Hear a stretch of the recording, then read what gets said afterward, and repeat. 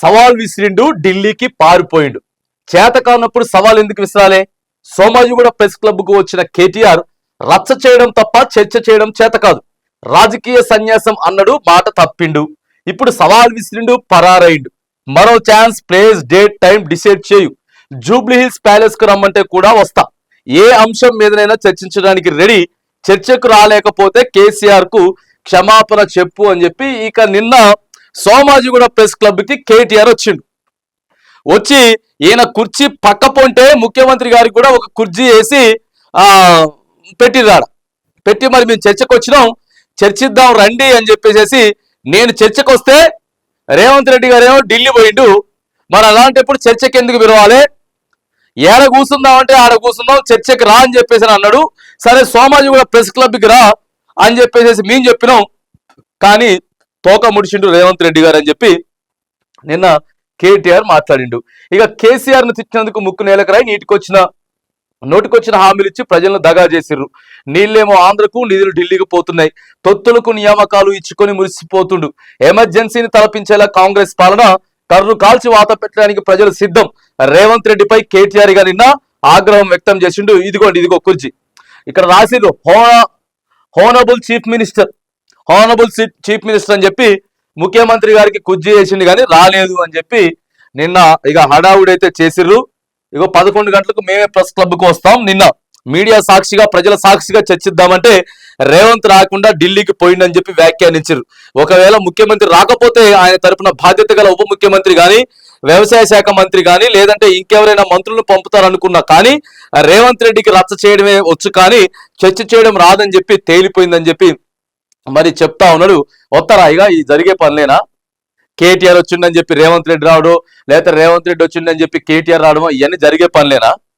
చర్చకి ఈడికెళ్ళి అక్కడికి వెళ్ళి పిలుచుకుంటారు, చూసుకుందాం చేసుకుందాం అంటారు, కానీ ఇక ఇవన్నీ జరిగే పనులు కావు. ఇక నిన్న మాత్రానికి సోమాజిగూడకి బీఆర్ఎస్ వాళ్ళు అందరూ పోయి మరి అక్కడ నుంచి మాత్రానికి తెలంగాణ ప్రజలకి ఏం జరుగుతా ఉంది, ఏంది, మరి రేవంత్ రెడ్డి ఎందుకు ఢిల్లీకి పోయిండు, మేము వచ్చినామని చెప్పి చెప్పుకునేటటువంటి ప్రయత్నం అయితే చేస్తే ఇక ప్రధానంగా వాళ్ళు ఏం చెప్తారు చూడండి. ఇక సీఎం కు మరో ఛాన్స్ ఇస్తుండు కేటీఆర్. తర్వాత కేటీఆర్ సోదొద్దని చెప్పేసి మరి కాంగ్రెస్ పార్టీ సోషల్ మీడియాలో కూడా నిన్న కౌంటర్లు నడిచినాయి. కేసీఆర్ ను అసెంబ్లీకి తీసుకురా, అక్కడ అన్ని మాట్లాడుకుందాం, నువ్వు పారాషూట్ నేతవని అందరికీ తెలుసు. దళితుడిని ముఖ్యమంత్రి చేస్తానని చెప్పి మోసం చేసింది ఎవరు? అయిపోయింది ఆ సబ్జెక్టు. దళితుని ముఖ్యమంత్రి చేస్తానని చెప్పి మోసం చేసింది కాబట్టే మిమ్మల్ని అధికారంలోకి తీసుకొచ్చినారు. మరి పాడిందే పాడరా, పాసిపల్ల దాసరా అని చెప్పేసి ఇంకా 3 ఎకరాలు ఇస్తానని చెప్పిండు, ముఖ్యమంత్రిని చేస్తా అని చెప్పిండు. ఇవన్నీ కావు కదా, అవన్నీ కావు. మరి అట్లా అనుకుంటే ఇక ప్రతిది కూడా మళ్ళీ అన్ని పాత అన్ని తోడుకుంటా రావాల్సి ఉంటది. గది వదిలే సబ్జెక్ట్ ఇప్పుడు ఏం నడుస్తా ఉంది అనేది కావాలి ఇంపార్టెంట్. ప్రజలు ఓడించినా మీరు మారరా, మీ పాలనలో తప్పులన్నీ చెబుతాం, చర్చకు సిద్ధమా? కేటీఆర్ వ్యాఖ్యలకు ఇక కాంగ్రెస్ నేతల కౌంటర్. వీళ్ళు ఏం చెప్తున్నారంటే అసెంబ్లీకి కేసీఆర్ ని తీసుకోనరా, మనం ఏడబేదాం చర్చ అని చెప్పేసి అంటున్నారు. ఆడికొస్తేనేమో మైక్ కట్ చేస్తారు, మాకు మాట్లాడడానికి అవకాశం ఏడు ఉంటుంది, అధికార పక్షం వల్ల ఎక్కువ మంది ఉంటారు కాబట్టి, స్పీకర్ కూడా వాళ్ళ మంచి కాబట్టి మాకు ఎటువంటి అవకాశం ఉండదు, కావాలంటే ఇక్కడ కూర్చొని ఎన్ని గంటలైనా సరే కెమెరా ముందే చర్చిద్దామని చెప్పేసి వాళ్ళు చెప్తున్నటువంటి మాట. ఇంకొక ఛాన్స్ ఇస్తున్నట, చర్చకు రాకుంటే ముక్కు నేలకు రాస్తారి చెప్పాలి. రేవంత్ రెడ్డికి రచ్చ తెలుసు, చర్చ రాదు. ప్రస్తుతానికైతే రచ్చ చర్చ ఈ రెండు హాట్ టాపిక్ గా మారిపోయినాయి. నీకెందుకు సమాధానం చెప్పాలి, అసలు నువ్వేందని చెప్పి కాంగ్రెస్ వాళ్ళు, మరి రారేందని చెప్పేసి వీళ్ళ చర్చల వల్ల దీనివల్ల ప్రజలకు అక్కడికి వచ్చేది ఏం లేదు. కాకపోతే ప్రజలు చేసుకునే బ్యాలెన్సింగ్ ఒక్కటే. ఇగో ఎవరి పరిపాలన బాగుంది, ఎవరి నాయకత్వం బాగుంది, ఎవరి ప్రభుత్వ హయాంలో ప్రజలకి సంక్షేమ పథకాలు అందినాయి అనేది.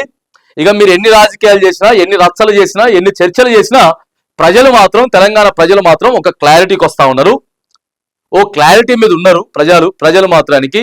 ఎవరికి ఎప్పుడు ఎట్లా సమాధానం చెప్పాలో, ఎవరికి ఎలా ఇప్పుడు తీర్పు ఇయ్యాలో తెలంగాణ సమాజం మాత్రానికి గోప్యంగా ప్రతిదీ ఆలోచిస్తా ఉంది. ఇప్పుడు రాబోయేటటువంటి స్థానిక సంస్థల ఎన్నికల్లో కావచ్చు, లేకపోతే ఇక్కడ జూబ్లీహిల్స్ ఉప ఎన్నిక కావచ్చు, లేకపోతే అక్కడ రాబోతున్నటువంటి తదనంతరం జిహెచ్ఎంసీ ఎన్నికల్లో కావచ్చు, ఏ ఎన్నికలో అయినా సరే ప్రజలు తీర్పు చేయడానికి సిద్ధంగా ఉన్నారు. శిరసా వహించాల్సిందే. ప్రజలు తీసుకున్నటువంటి తీర్పుకి మీరు ఎన్ని చర్చలు పెట్టినా, ఎన్ని రచ్చలు పెట్టినా, ఎంత ఇది చేసినా మాత్రానికి ప్రజల ఆలోచనలో ఉన్నారు. ఎప్పటికప్పుడు ప్రజలు కూడా మీరెట్లా మారుతా ఉన్నారో, మీరెట్లా ఆలోచన చేస్తా ఉన్నారో ప్రజల ఆలోచన విధానం కూడా అట్లనే మారుతా ఉంది. ప్రజలు కూడా ఎప్పటికప్పుడు ఒకటి డిసైడ్ అయి ఉన్నారు, ఎవరికి ఎప్పుడు ఎలా సమాధానం చెప్పాలో ఖచ్చితంగా తెలంగాణ ప్రజలు చెప్పే తీరుతారు.